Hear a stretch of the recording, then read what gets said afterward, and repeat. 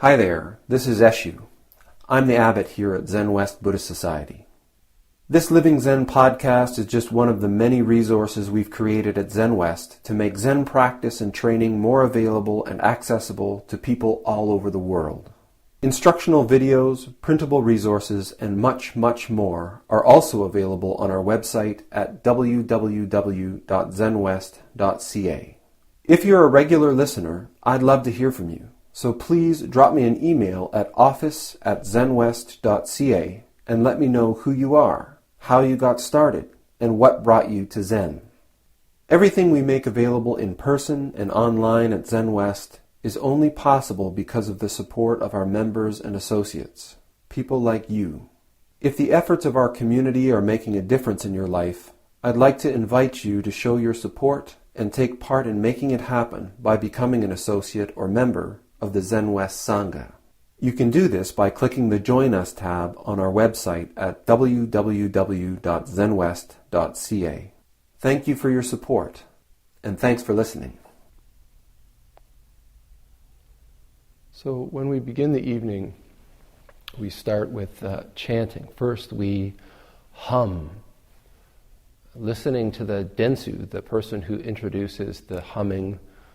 We rise in sound to meet and harmonize with the sound. First humming, and then just the syllable ah. When we walk, we have this instruction to walk in step, walk close behind, walk in harmony with the whole community of practice. Likewise, in the first sit, I gave some instruction on how we hold our hands in a zendo as we practice together. The function of uniform, unified practice is to manifest and experience harmony. I talk over and over about the experience of one true nature, the dissolution of the knowledge, the separation of self, and the experience of unification with all things in this vast cosmos. This is an experience. It's not something that we can touch just by hearing about it or just by understanding it. The specifics about how we chant or how we walk or how we sit are secondary to this experience of harmony. Why? Why do we press this? Why do we demonstrate this in our Zen practice? The most significant activity that we are training, are practicing to harmonize with, is this fundamental activity of this cosmos. One of my teachers expressed this as the activity of plus and minus, or we might call it the activity of arising and the activity of dissolving. Or, if you like a more sort of traditional way of understanding it, we can talk about the activity of birth and the activity of death. After the Buddha's awakening, he went and found these 5 ascetics that were practicing with him before he left. And he laid out the fundamental teaching of Buddhism, the 4 Noble Truths and the Eightfold Path. And upon realizing it, the first of the ascetics had a great realization, and he expressed it very simply. He said, "That which is of the nature to be born is of the nature to die." Now this sounds like a very simple thing. Sounds like something that we all know or should know. If something is born, then eventually, at some time, it's going to die. This is, in Sanskrit, it's called anicca, impermanence, the law of impermanence. and it is one of the marks of existence. All things existent are marked by impermanence.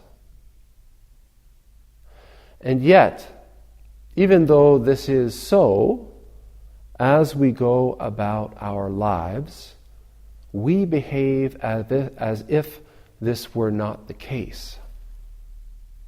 We may be able to see impermanence in some objects, some circumstances, some relationships maybe. We might even be able to see impermanence in other people around us. But to really grasp that which is of the nature to be born is of the nature to die within ourself, who we are, this thing that I call I, that's a little bit more difficult.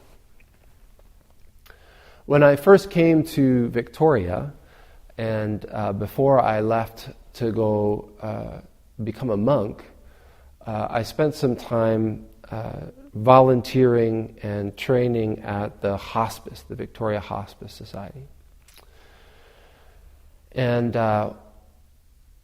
what I found when I was working there was that there were many different people that came into the hospice, palliative care. But often I found that there was a real division between two groups of people. And there was one group of people that through their life, through their experiences, often through their spiritual practice, they had come face to face in numerous occasions with this fundamental truth. That which is of the nature to be born is of the nature to die. And as they faced the final chapter of their lives, it didn't come as a surprise that this meant them too. These people were able to complete relationships. These people were able to say the things that needed to be said, because when we realize that this is our nature, we don't wait till there's a better time to say them.